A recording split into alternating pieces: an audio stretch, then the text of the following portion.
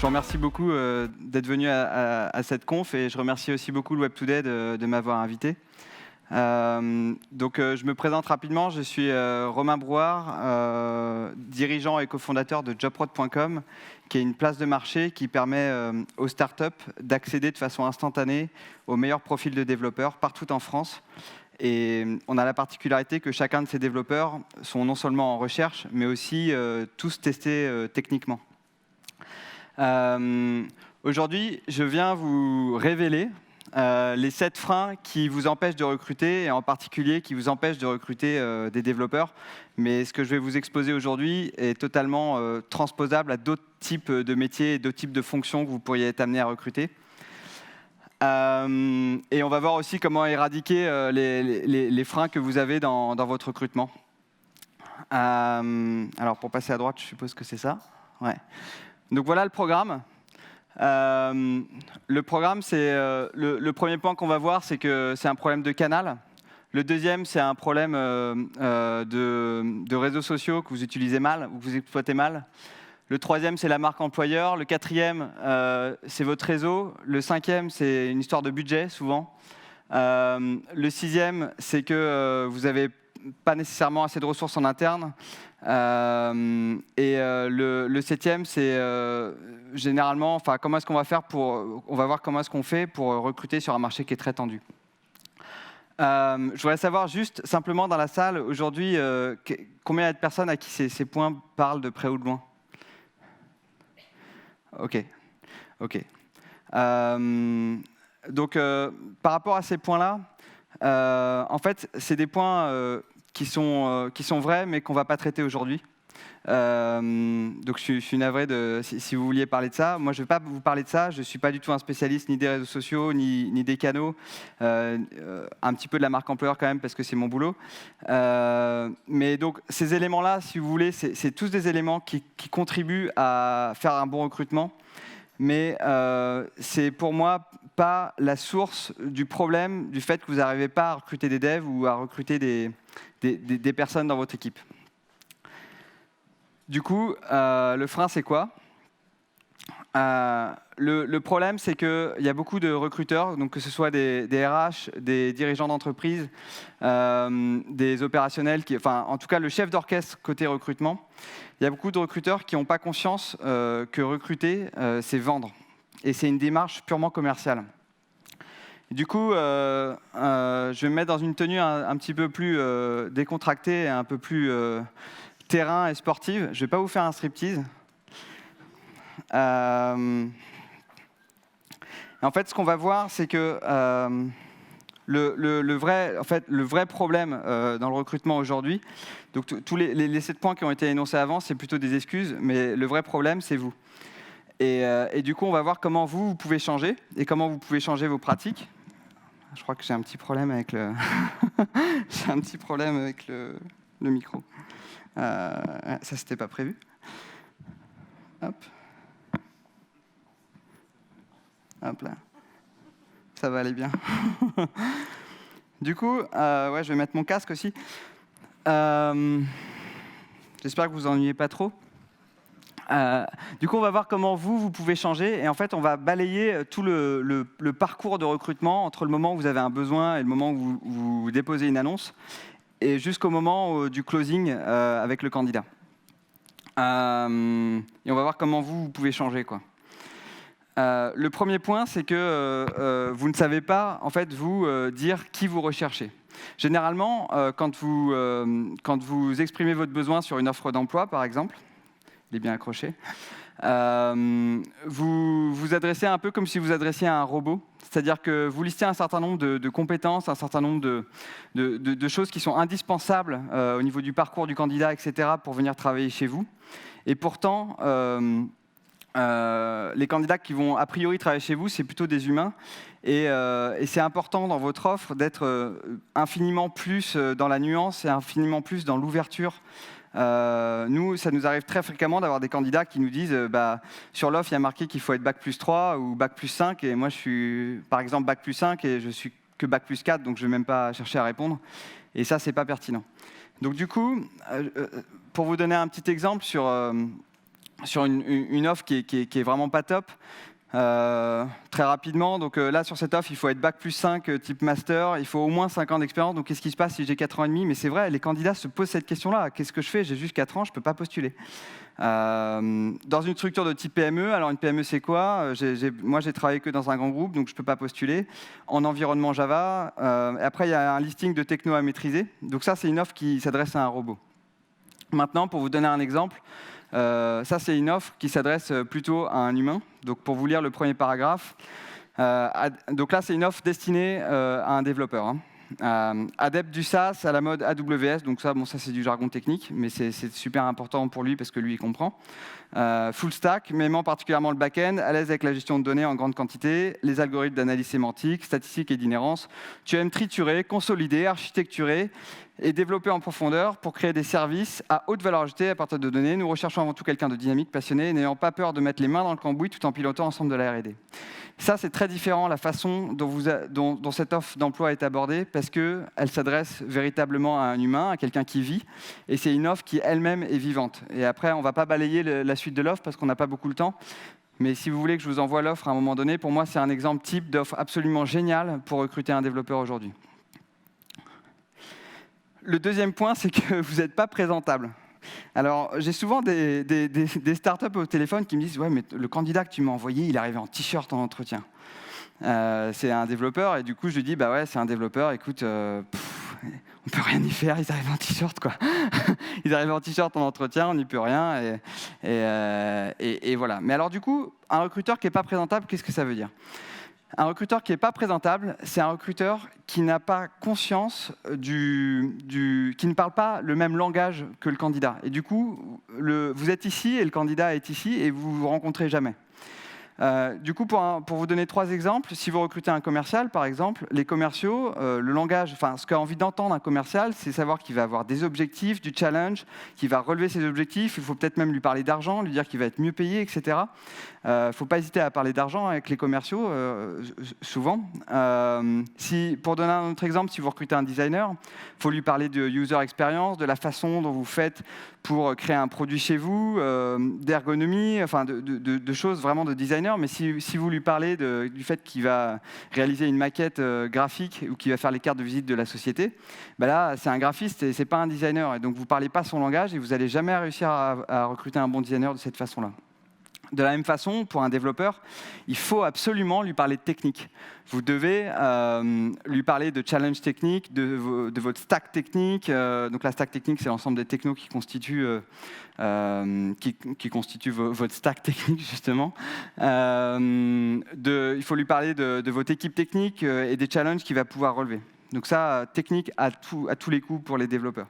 Et du coup, c'est ça qui va vous rendre présentable. Mais comme vous ne faites pas ça, vous ne faites pas rêver les développeurs. Et là, on va voir 2 exemples de mails d'approche qui pourraient être, par exemple, envoyés sur LinkedIn ou qui pourraient être directement être envoyés à des développeurs.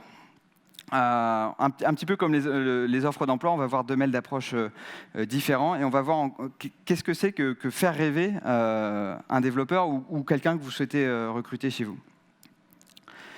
Donc ça c'est la première offre qui ne fait pas rêver. Bonjour, nous sommes à la recherche active de développeurs et de dev designers. Alors dev designer, je ne sais pas trop ce que le recruteur a voulu dire, mais c'est assez drôle. Après avoir étudié, c'est pas grave, il y a une petite faute d'orthographe. Après avoir étudié votre CV, nos directeurs souhaiteraient vous rencontrer lors d'un entretien afin de faire plus ample connaissance et de vous expliquer précisément les postes à pourvoir chez la société. Afin que vous en sachiez plus sur nous, je vous invite à consulter notre site. Merci de me contacter à l'adresse mail suivante afin que nous puissions convenir une date de rendez-vous dans l'attente de votre retour cordialement. Donc on va pas regarder tout de suite pourquoi ça ne fait pas rêver. Je pense qu'il y en a qui doivent se rendre compte pourquoi ça ne fait pas rêver. Mais on va plutôt regarder ce que c'est qu'une offre qui fait vraiment rêver. Enfin, en tout cas, un mail d'approche qui fait vraiment rêver. Donc ça s'adresse à un développeur, encore une fois. Un développeur ou un DevOps, je ne sais plus exactement. Oui, ça s'adresse à un DevOps. Bonjour Vincent, quoi de plus motivant que de réussir à faire voler un système embarqué sous Linux dans un avion afin de fournir du divertissement, de la connectivité aux passagers. Bien sûr, il y a quelques contraintes liées à l'aviation et à la sécurité, mais c'est quand même beaucoup mieux qu'un énième projet de tracker publicitaire, d'hébergement de sites à fort trafic ou de CRM. Troll. Nous livrons nos premiers systèmes dans les prochaines semaines. L'avion connecté devient une réalité et nous recherchons un DevOps pour nous accompagner. Nous serions ravis de te convier à un entretien. Si le projet et le poste pourraient t'intéresser, qu'en penses-tu? À bientôt. Pour moi, ce type de mail d'approche rassemble la totalité ou la quasi-totalité des éléments qui font que le mail est génial pour démarcher un développeur. Donc là, c'est un DevOps, c'est une sorte de cousin du développeur. Le premier point, c'est que, comme vous pouvez le voir, le recruteur la tutoie, le développeur. Et c'est très bien. Si vous recrutez un développeur, si vous cherchez un développeur, vous pouvez le tutoyer. Ça ne veut pas dire qu'il faut le faire tout le temps. Et évidemment, il y a plein d'autres paramètres qui font que vous allez choisir le vouvoiement ou le tutoiement. Mais ce qu'il faut bien avoir en tête, c'est que les développeurs sont assez décontractés. Et c'est plutôt vous qui êtes un peu contractés, quoi. Et donc, du coup, n'hésitez pas à être décontractés. Ils sont assez informels. Rentrez encore une fois, essayez de parler leur langage en les tutoyant. Mais les autres points qui sont les plus parlants pour moi, c'est que d'une part, l'offre parle vraiment de technique. Donc là, on est sur du Linux, système embarqué, on parle le langage du développeur très clairement. Et en plus de ça, on lui donne la vision du projet. On lui dit, ça va être pour un truc super concret dans quelques semaines. Et du coup, le développeur, d'un coup, la proposition a du sens pour lui. Et c'est important dans vos mails d'approche de donner le sens de la mission ou de pourquoi il va venir chez vous. S'il n'y a pas de sens, si vous lui dites venez, vous allez pisser des lignes de code, nous on en a besoin, allez voir nos directeurs, je vais vous présenter à mes directeurs parce que vous avez l'air bon, là vous allez pas du tout attirer leur attention et c'est pour ça que vous envoyez des dizaines et des dizaines de mails et vous n'arrivez jamais à avoir une réponse. Le dernier point, c'est qu'il y a un call to action assez cool, assez clair, sans qu'il soit trop insistant. Nous serions ravis de te convier à un entretien si le projet et le poste pourraient t'intéresser. Qu'en penses-tu? Donc ça, c'est bien parce qu'il y a une next step par rapport au mail. Il y a souvent des mails d'approche qui n'ont pas de next step, donc là, c'est important d'en avoir une. Voilà pour cette partie-là. Le quatrième point, alors ça c'est un point qui me fait toujours assez rire. C'est que vous vous épuisez en fait concrètement quand vous recrutez quelqu'un, vous vous épuisez et en fait ça contribue au fait que vous n'arrivez pas à trouver quelqu'un. Alors, je voudrais revenir sur quelque chose, c'est que la plupart je voudrais savoir qui ici en fait utilise le CV et la lettre de motivation pour évaluer des candidatures.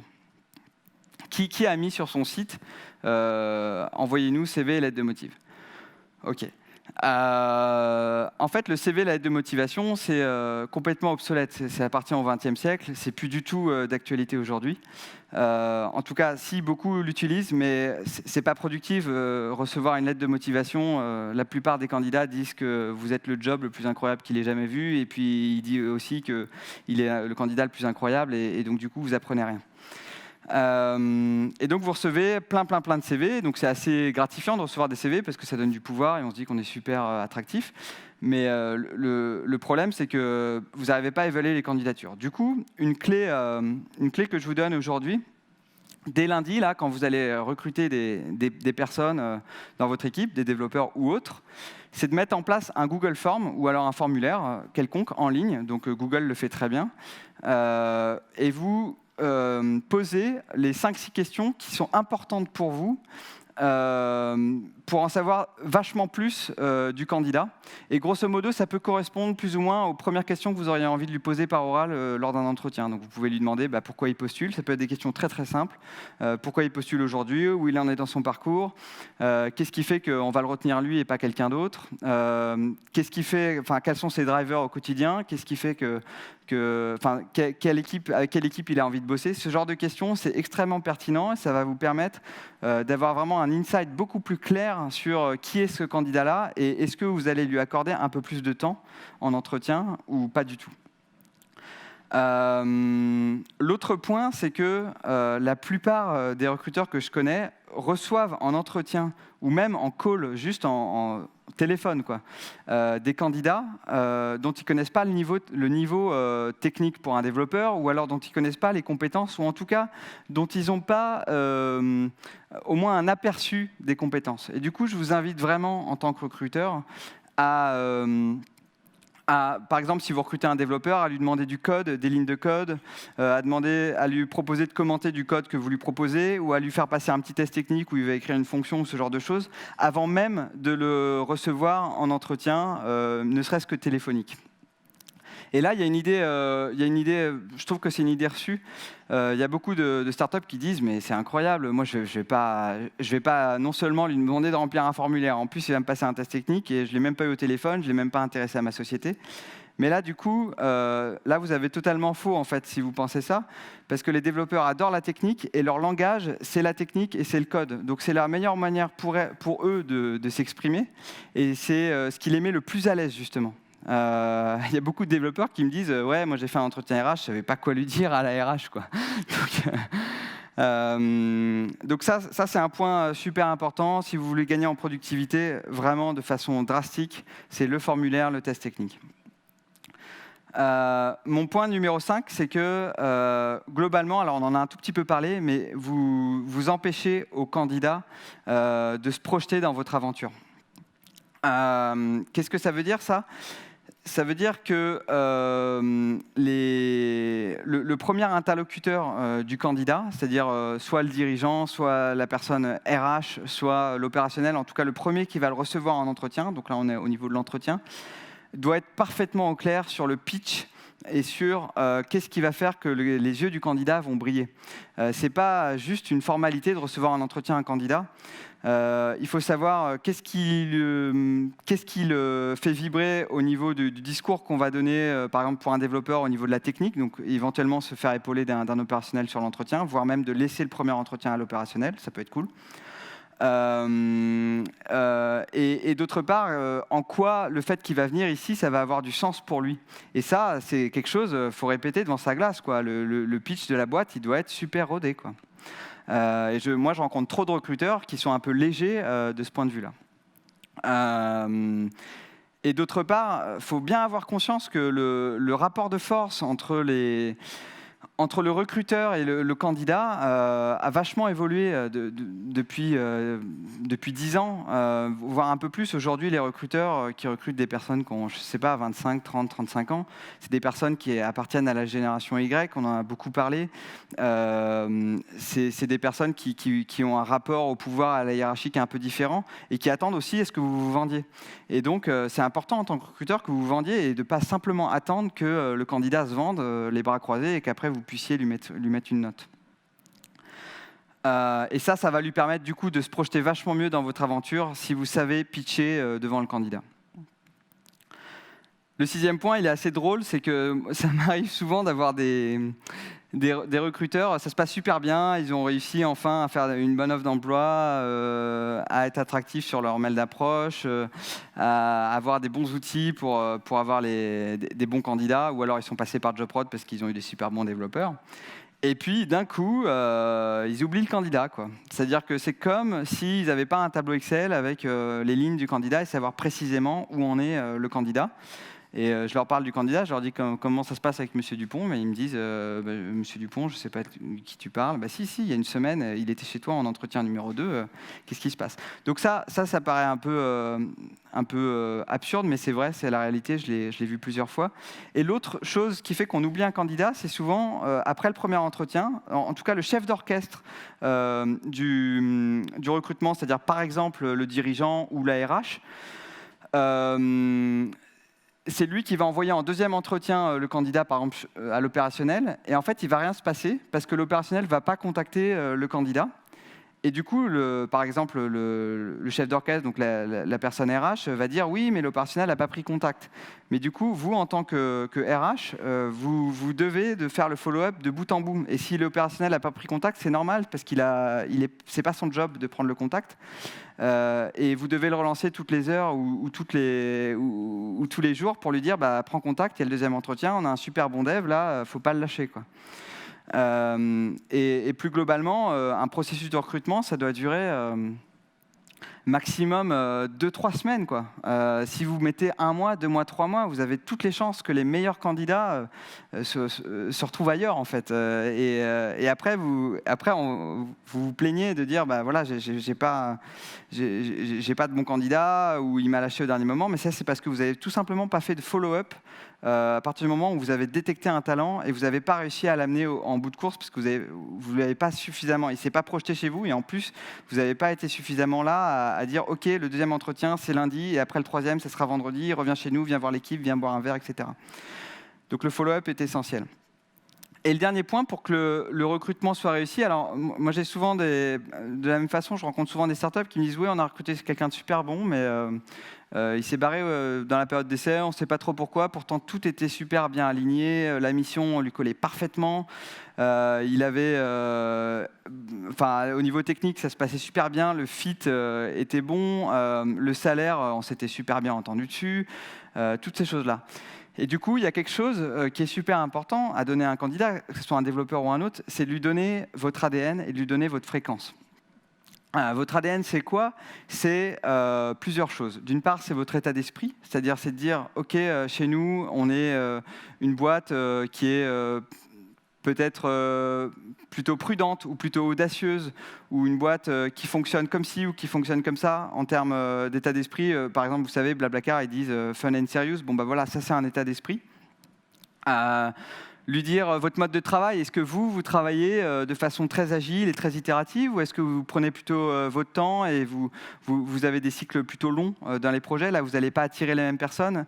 Est-ce que quel est votre mode de communication en interne? Moi je connais une boîte, dès qu'il y a un problème, on en parle tout de suite, on lève la main dans l'open space, on dit là j'ai un problème, on va en salle de réunion, on règle le problème, on revient, et puis il y a d'autres boîtes qui font un point toutes les semaines et puis on règle les problèmes. Il n'y en a pas un qui est mieux qu'un autre, c'est juste que le candidat doit être conscient de votre ADN pour venir, parce que sinon il peut se sentir comme si on l'avait un peu trahi, c'est-à-dire que lui, il a projeté un job, donc il y a les choses qui sont tangibles, c'est-à-dire la mission, le salaire, etc., mais il a projeté aussi plein d'autres choses. Et ces autres projections, et vous avez projeté des choses sur lui, mais il faut être au clair sur l'ADN de l'un et de l'autre, du recruteur et du candidat.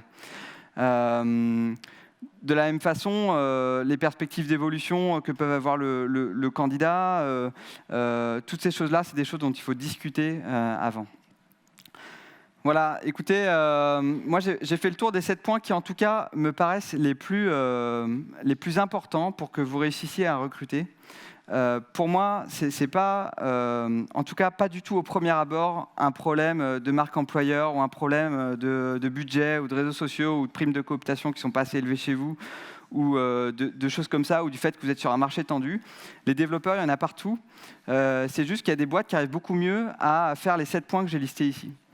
Et du coup, je vous invite à la semaine prochaine à travailler sur vous, à travailler sur votre pitch, à travailler sur comment vous pouvez faire briller les yeux d'un candidat, comment vous pouvez parler leur langage, comment vous pouvez les approcher.